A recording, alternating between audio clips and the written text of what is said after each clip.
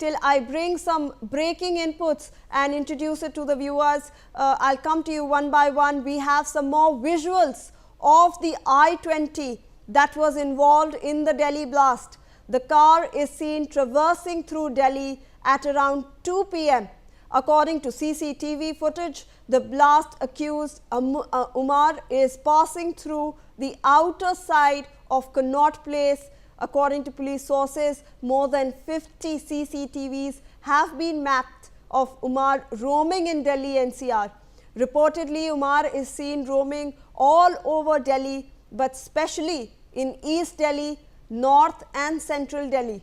According to the police, he was also roaming towards Noor and Jirka in Haryana, Mumbai Expressway a day ago. I want to go across now to Javed for more on this. Javed, police बहुत सारी CCTV footage को map कर रही है, उसमें से वो पूरा ट्रेस करना चाह रही है कि उमर ने कहाँ गए थे, वो कौन सी जगहों को विजिट किया था, जिससे कि अभी हमें पता चल रहा है कि ईस्ट दिल्ली पे उसका फोकस था, नॉर्थ और सेंट्रल दिल्ली पे भी फोकस था. अभी एक और सीसीटीवी फुटेज आई है जिसमें वो I-20 दिख रही है कनॉट प्लेस के आउटर सर्कल में घूमते हुए.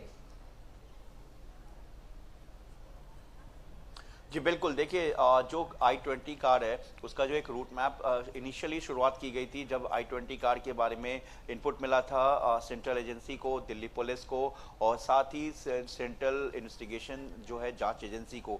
उस सीसीटीवी फुटेज के बेस पर ये पता चला कि I-20 कार है जिससे जो है एक शख्स चला रहा था. उस गाड़ी के अंदर हालांकि शुरुआत में आया कि 2-3 लोग बैठे हुए थे, ड्राइवर्स के अलावा 2 लोग और थे, लेकिन जिस तरीके से पार्किंग को उसके आसपास के और टोल के पास के जो सीसीटीवी को देखा गया तो यही पता चला कि उसमें एक ही शख्स चला रहा. और जो अल-फलाह यूनिवर्सिटी से जिस तरीके के हुलिया और जो उमर की जो पहचान हुई उससे वो मैच किया गया तो यही पता चला कि वो जो है उमर उस गाड़ी को चला रहा था. लेकिन देखिए जो इस वक्त जो कवर किया गया जो इलाका है, ये पोर्शन है, ये वही पोर्शन है जहां पर ब्लास्ट का जो है ये पूरी घटना हुई थी और गाड़ी पीछे की तरफ से आ रही थी. जिस तरीके से सीसीटीवी फुटेज में साफ दिख रहा है कि इसी जगह पर कितनी भीड़ थी उस वक्त, रेड लाइट हो रखा था वहां पर या फिर जाम था ये अभी क्लियर नहीं, लेकिन जब ब्लास्ट हुआ वहां पे गाड़ी बिल्कुल रुकी हुई थी और धीरे धीरे ट्रैफिक जो है वो चल रहा था. इसी बीच जोरदार धमाका होता है. लेकिन देखिए जब आप विजुअल को बिल्कुल क्लोजली मॉनिटरिंग करेंगे तो उसमें यह है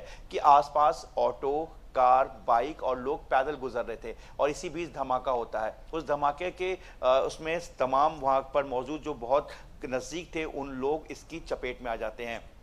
उसके बाद जो गाड़ी था, गाड़ी के अंदर मौजूद जो शख्स था वो भी इस घटना में, ब्लास्ट की घटना में मर जाता है. कुछ उसके बॉडी के जो पार्ट्स थे वो मिले हैं वहाँ उसी गाड़ी में है और बाकी जो पार्ट्स है वो पूरी तरीके से आसपास के चिथड़े वहाँ पे उड़ गए थे. इसके बाद वहाँ पर जांच एजेंसी जो इस घटना के बाद पहुँचती है, तमाम फॉरेंसिक टीम, क्राइम टीम, इसके अलावा CFSL की टीम, वो वहाँ से अलग अलग बॉडीज़ के सैंपल को कलेक्ट करते हैं. क्योंकि ये समझना सबसे अहम ज़रूरी था क्योंकि जो वहाँ पे विटनेस उन्होंने बताया कि सबसे पहले I-20 जो गाड़ी है उस गाड़ी में ब्लास्ट हुआ, उसके बाद दूसरी गाड़ी उस गाड़ी के चपेट में आई जो उसके पास बिल्कुल खड़ी थी. तो ऐसे में जो अब जो सारा इन्वेस्टिगेशन उस गाड़ी पे पहुंचता है, उस गाड़ी से को पूरी तरीके से इन्वेस्टिगेट की जाती है तो पता चलता है ये गाड़ी जो है HR26 नंबर की है, यानी हरियाणा नंबर की है. उसके बाद इस गाड़ी के डिटेलिंग के लिए पूरी तरह से इन्वेस्टिगेशन की जाती है. तो पूरा एक कनेक्शन जो है वो आपको दिल्ली, गुड़गांव, दिल्ली और उसके बाद कश्मीर तक पहुंचता है, तारीख तक